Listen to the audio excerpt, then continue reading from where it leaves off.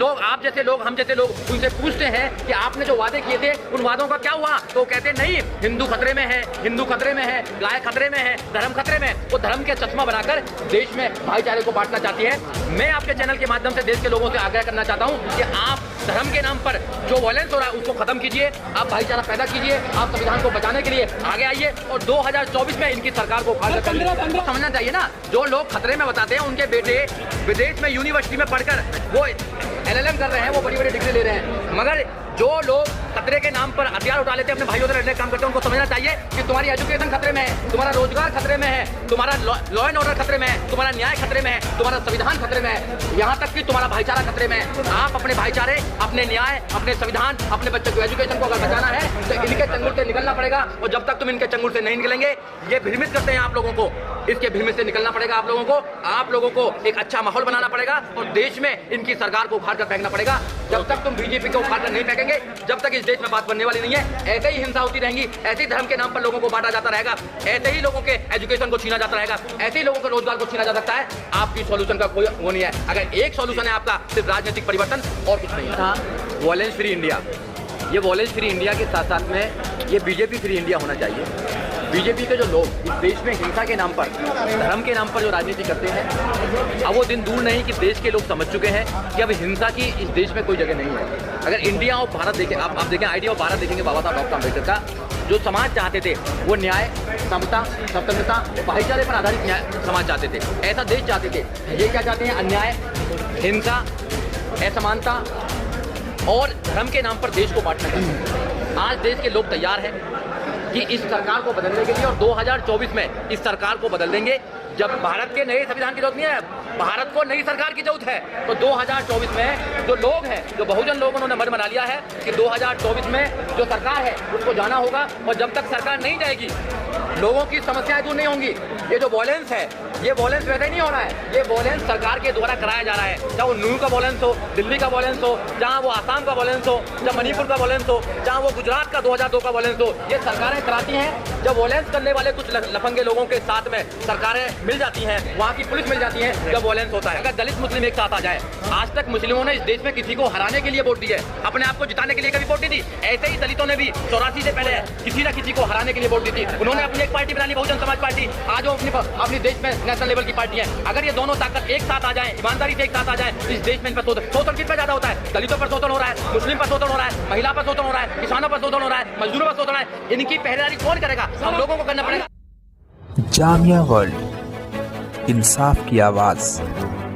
Violence free India, ये violence free India के साथ साथ में ये बीजेपी फ्री इंडिया होना चाहिए।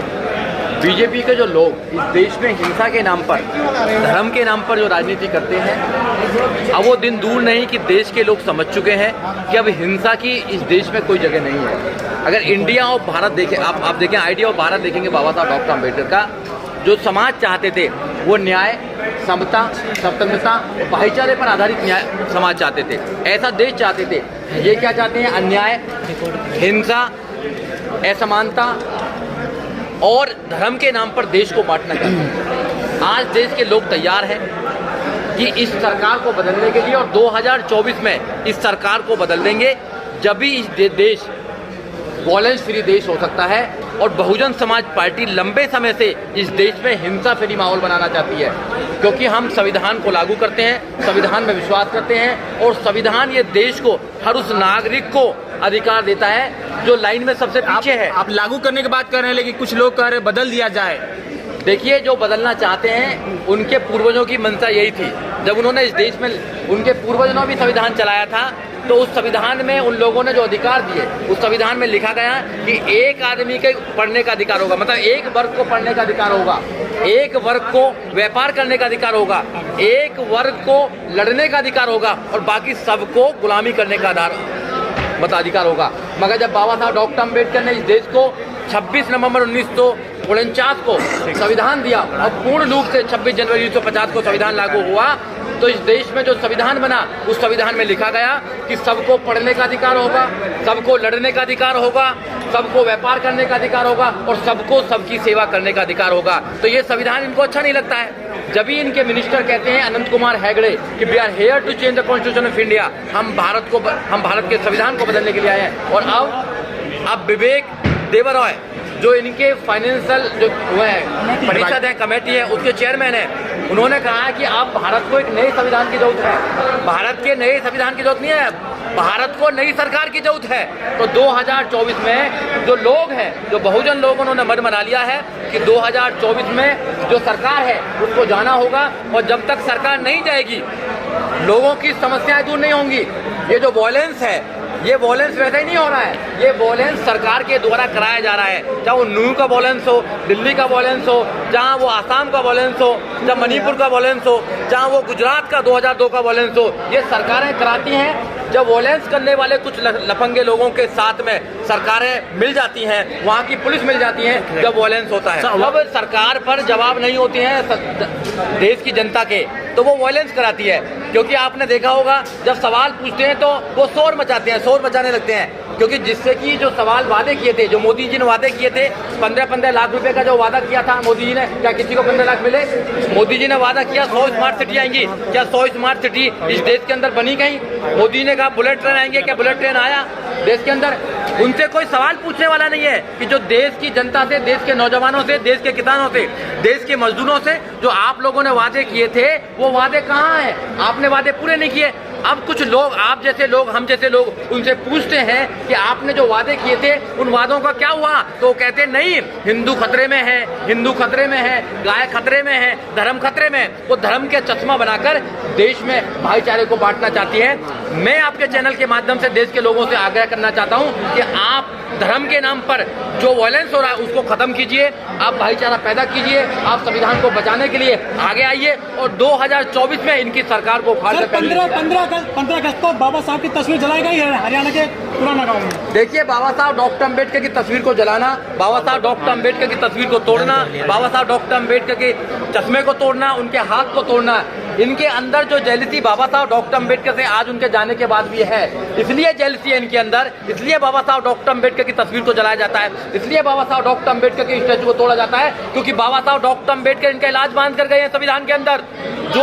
जो गैर व्यवस्था थी, जो गैर बराबरी की व्यवस्था थी, बाबा साहब डॉक्टर अम्बेडकर ने संविधान के माध्यम से उस व्यवस्था को समता, मैत्रिक, भाईचारे की व्यवस्था बनाने का काम किया है। इस देश को एक अच्छा देश बनाने की कल्पना की है, और बाबा साहब डॉक्टर अम्बेडकर के इसलिए मनुवादी लोग जलते हैं। एक सवाल है, इंडिया भी है, एनडीए की बात हो रहा है, लेकिन मायावती क्या किसमें शामिल होंगी या थर्ड फ्रंट बनाएंगी? देखिए, हम एक ताकत में है देश के अंदर, हम बहुजन समाज पार्टी देश की तीसरे नंबर की पार्टी है। ये मैं नहीं कह रहा, ये इलेक्शन कमीशन कह रहा है वोटिंग के आधार पर, मगर हमको इग्नोर किया गया, सदियों से हम लोगों को इग्नोर किया गया है। हमको ताकत मानने के लिए ये तो लोग तैयार नहीं है, क्योंकि बहन कुमारी मायावती ने 2007 से लेकर 2012 तक उत्तर प्रदेश में जो शासन दिया, जो आप लोगों को शासन दिया, वहाँ के लोगों को शासन दिया, वहाँ भयमुक्त जो माहौल बनाया, ये लोग चाहते हैं कि ऐसी सरकार देश के अंदर ना रिपीट हो। अगर बहन कुमारी मायावती, अगर बहुजन समाज पार्टी की सरकार देश के अंदर होगी तो वॉयलेंस फ्री इंडिया होगा, यहाँ पर एजुकेशन का काम होगा, नौजवानों को रोजगार मिलेगा, यहाँ पर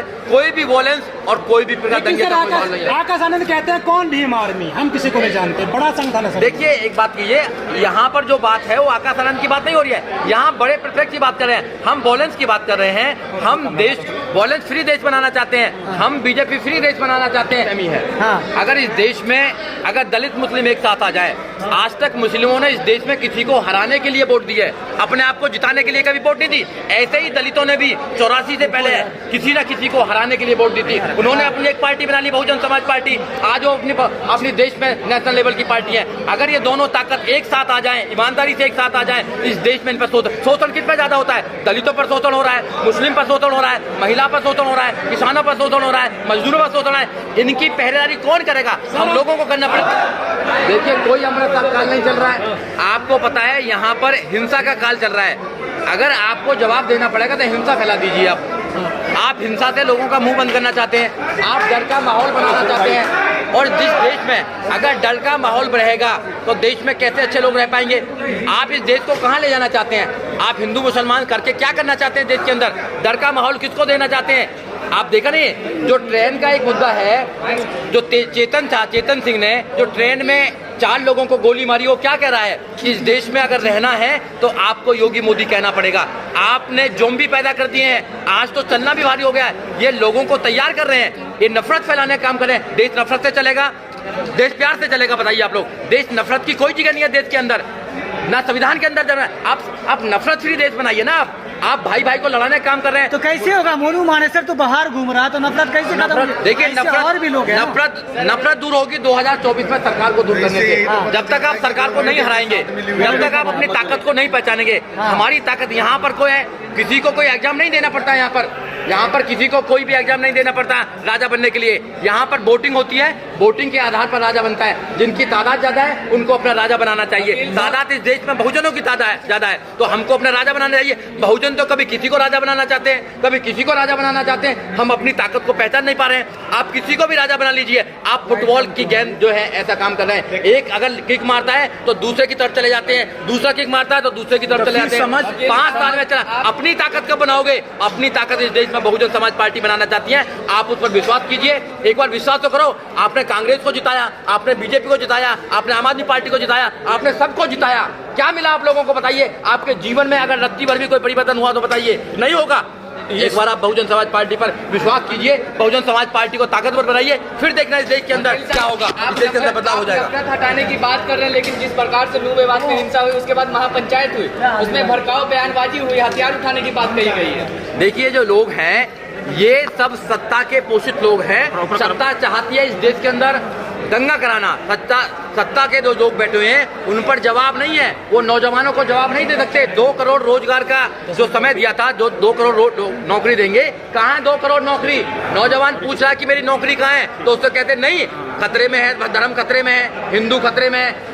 वो कहता है कि भैया स्मार्ट सिटी कहाँ है, कह रहे हैं नहीं, हिंदू खतरे में है। वो कहता है कि मेरा भविष्य कहाँ है, मेरी एजुकेशन कहाँ है, कह रहे हैं हिंदू खतरे में है। तो सारा धर्म खतरे में है। ऐसा करने करे ये लोगों को बहकाने का काम करते हैं। मैं आपको बताता हूँ एक सवाल प्लीज। नेताओं के बेटा जो देश विदेश पढ़ रहे हैं, लेकिन जो मिडिल क्लास हैं उनको कहा जाता है आप खतरे में है, तो ये डबल स्टैंडर्ड पॉलिसी पर थोड़ा बताएं। ये तो लोगों को समझना चाहिए ना। जो लोग खतरे में बताते हैं उनके बेटे विदेश में यूनिवर्सिटी में पढ़कर वो LLM कर रहे हैं, वो बड़ी बड़ी डिग्री ले रहे हैं। मगर जो लोग खतरे के नाम पर हथियार उठा लेते हैं, अपने भाइयों से लड़ने का काम करते हैं, उनको समझना चाहिए कि तुम्हारी एजुकेशन खतरे में है, तुम्हारा रोजगार खतरे में है, तुम्हारा लॉ एंड ऑर्डर खतरे में है, तुम्हारा न्याय खतरे में है, तुम्हारा संविधान खतरे में है, यहाँ तक कि तुम्हारा भाईचारा खतरे में है। आप अपने भाईचारे, अपने न्याय, अपने संविधान, अपने बच्चों की एजुकेशन को अगर बचाना है तो इनके चंगुल से निकलना पड़ेगा। और जब तक तुम इनके चंगुल से नहीं निकलेंगे, ये भ्रमित करते हैं आप लोगों को, इसके भ्रमित से निकलना पड़ेगा आप लोगों को एक अच्छा माहौल बनाना पड़ेगा और देश में इनकी सरकार को उखाड़ कर फेंकना पड़ेगा। जब तक तुम बीजेपी को उखाड़ कर नहीं फेंकेंगे, जब तक इस देश में बात बनने वाली नहीं है। ऐसे ही हिंसा होती रहेंगी, ऐसे ही धर्म के नाम पर लोगों को बांटा जाता रहेगा, ऐसे ही लोगों के एजुकेशन को छीना जाता रहेगा, ऐसे ही लोगों के रोजगार को छीना जा सकता है। आपकी सॉल्यूशन का कोई वो नहीं है। अगर एक सॉल्यूशन है आपका, सिर्फ राजनीतिक परिवर्तन और कुछ नहीं।